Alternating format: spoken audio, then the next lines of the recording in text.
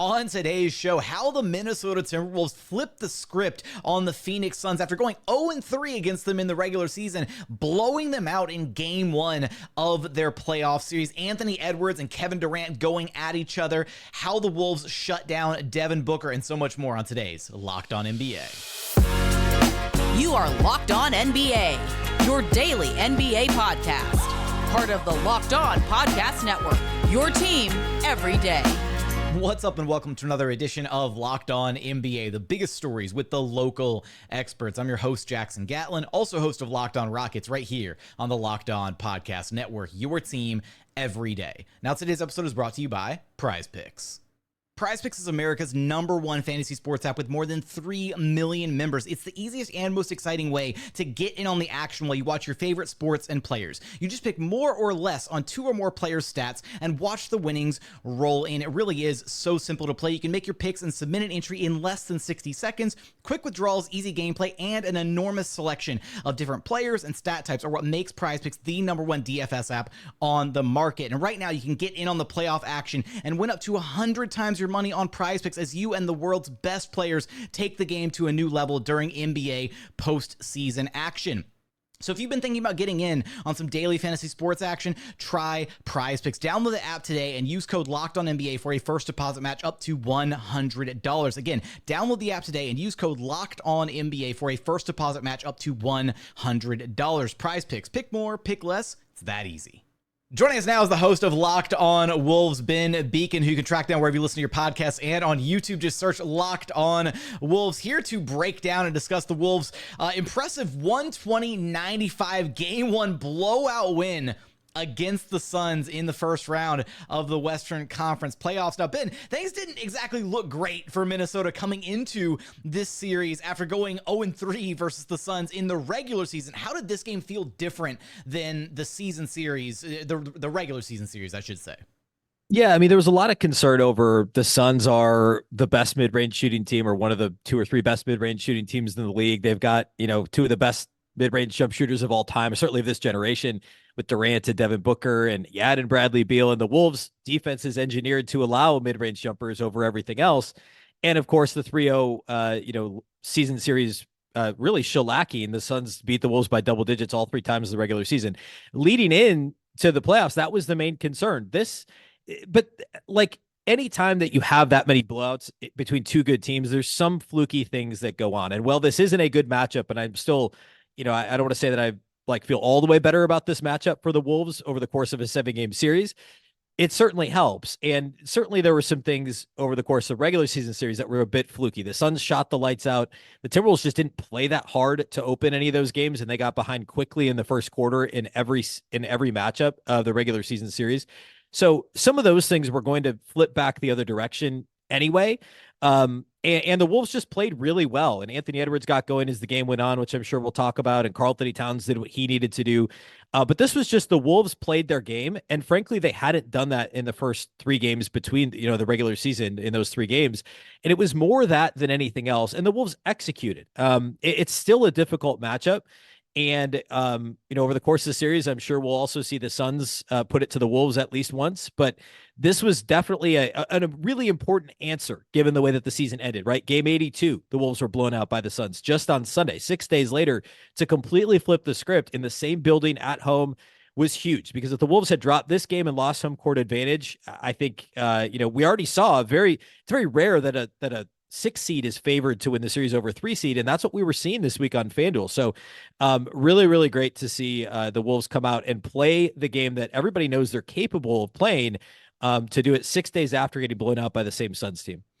Ant scored a game-high 33 points on 12 of 24 shooting, including he had a moment near the end of the third quarter, drained the three-pointer right in front of Kevin Durant, and he let him hear about it all the way back down on the other end of the floor, going back to play defense, and you could see the clip, right?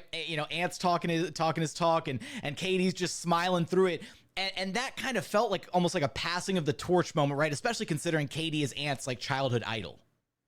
Yeah, it was awesome. And Ant talked about it after, actually both Ant and KD talked about it after the game, and Ant said as much, right? He said, and he's on record as saying that he grew up, KD was his favorite player. And so that was a really cool moment. And that was kind of the capping of of a really strong overall third quarter for Ant. I mean, he had 18 points in the third. He had 4 turnovers in the first quarter of this game. And while his shooting percentages were good all night long, all game long, the game was a bit rocky in the first half for Ant. And so to see him break out in a big way in the third quarter, he's been struggling with his outside shot over the past several weeks. I think a lot of it due to fatigue, but getting the whole week off, not playing in 6 days, I think helped.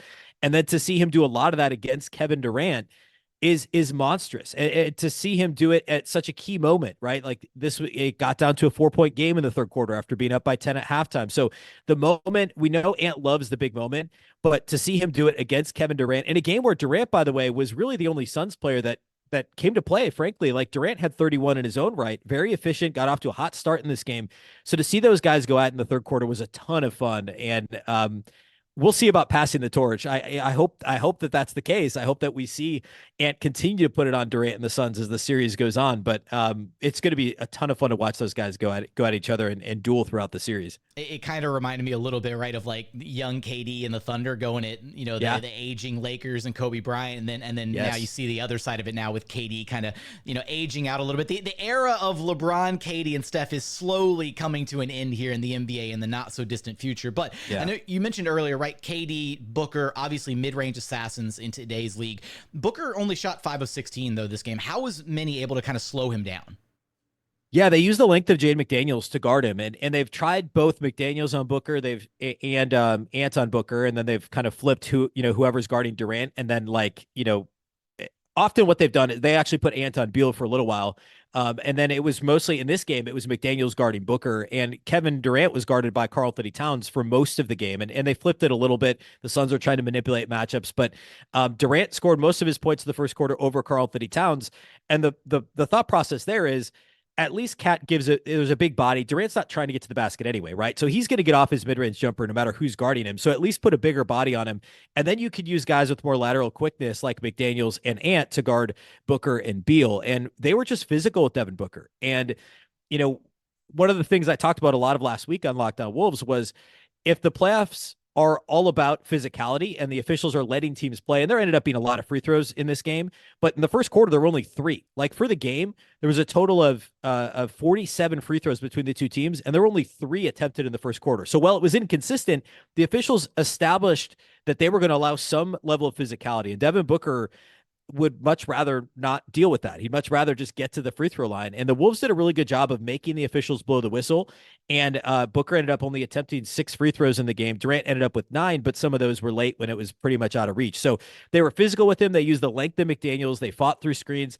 Even when Rudy Gobert got switched onto both Durant and Booker, he did a great job on the perimeter. And I said on Monday's show for Locked On Wolves that if the Suns think Gobert in space is a winning strategy, like you're going to beat him some of the time. Like there was one play where Booker took him off the dribble and ended up scoring, but it was a really tough basket.